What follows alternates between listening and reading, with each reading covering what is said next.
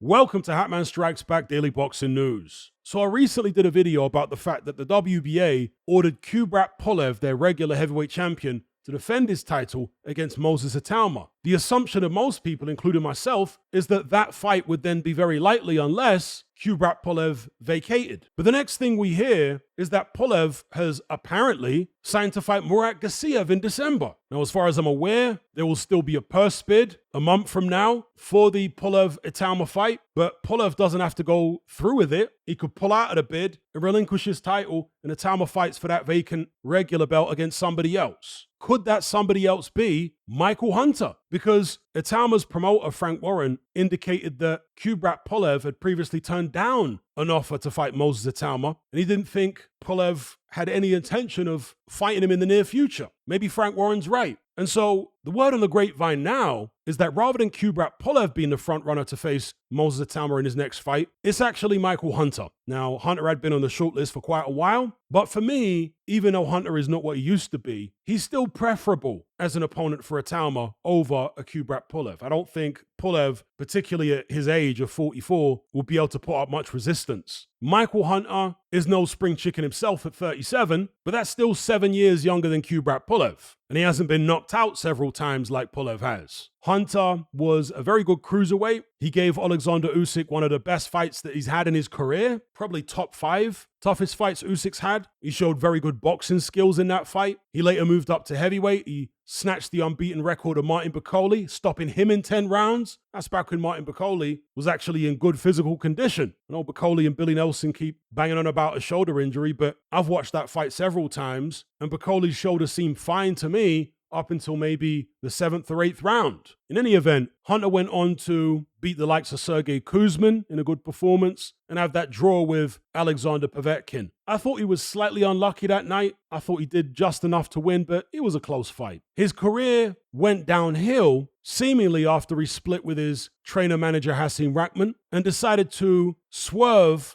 a final eliminator against Filip Hrgović and instead sign a deal with Triller, thinking he was going to get the bag and become, I don't know, a millionaire by fighting some journeymen. It backfired in spectacular fashion on Michael Hunter, not only from a commercial perspective, but also from a performance perspective, because he went life and death with Jerry Forrest, the guy he'd previously beaten comfortably years earlier. That was on a Triller card. And since then, obviously the Triller deal has long since ended. He's been banished to obscurity, fighting in weird, I guess, semi-pro boxing tournaments and tag team boxing tournaments, all this other strange stuff against less than stellar opposition, and again, not looking particularly good while doing it. He's the kind of guy, and I don't think Michael Hunter is the smartest businessman out there, but if he's learned from the Triller situation, he should be the kind of guy at this stage of his career that will be willing to step in there against the young, upcoming prospect like Moses Itauma. He should be the kind of guy that thinks he's got the know-how to take the young lion into deep waters and drown him. Because what other opportunity is he going to get? And especially if it's for the vacant WBA regular heavyweight title, it's a no-brainer for him to take it. He probably won't get an opportunity elsewhere in any other big fight. And it's a fair step up for Moses Itauma, in my view, from a totally washed up Dillian Whyte. Again, I think Hunter is past his best, but not as past his best as Dillian Whyte was. Hunter's always had a good chin. He's wily, he's tough, he's awkward, he's got a good jab, good boxing IQ. But I would expect Moses Itauma to beat him. Maybe get messed around for a few rounds. Rounds being the operative word. That's what Itauma needs right now. And Hunter has been in training camp for a while. He was supposed to fight Jarrell Miller. That fell out. And so if he's in negotiations to fight Itauma in December, he's going to have plenty of time to get himself in shape. No excuses. So let me know what you guys think about this potential opponent for Moses Itauma, Michael Hunter.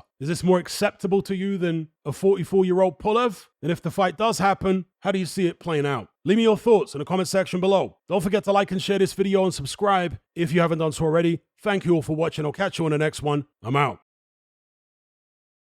Are you surrounded by mindless bots in human form who adhere to the norm and blindly conform? Who swallow all the mainstream BS and actually ridicule you for questioning things? Do you wish you had more free-thinking individuals in your life to network and converse with? Well, look no further. We're right here. Come and join the Brotherhood of Reason on Patreon. You'll gain access to my weekly topical content where we take deep dives on an endless variety of subjects. as well as my vast back catalogue of podcasts, videos, interviews, movie decodings, and my Confessions of a Nightclub Bouncer series. You'll also get to talk and network with myself and hundreds of other people in our members chat. You can enjoy all this via the Patreon app or on desktop and download all my podcasts in high quality MP3. There's no contract, no commitment. You can cancel at any time, just like Netflix, but it's a hell of a lot cheaper. Just download the app from the Play Store or the App Store, or simply visit patreon.com on a web browser. Then head on over to my page and select the tier called the Brotherhood of Reason. All the links are in the description box below. And just a quick money-saving tip for Apple users. If you purchase your Patreon subscription on the desktop site or on Android, then you'll avoid the ridiculous 30% fee that Apple charges for purchases made on the iOS app. So if you're on iPhone or iPad, save yourself some money by buying your subscription on the actual Patreon website or on Android, because it's a lot cheaper. Once you've made that initial purchase, you can then use the Patreon app on your iPhone or iPad thereafter to access and enjoy your content as normal.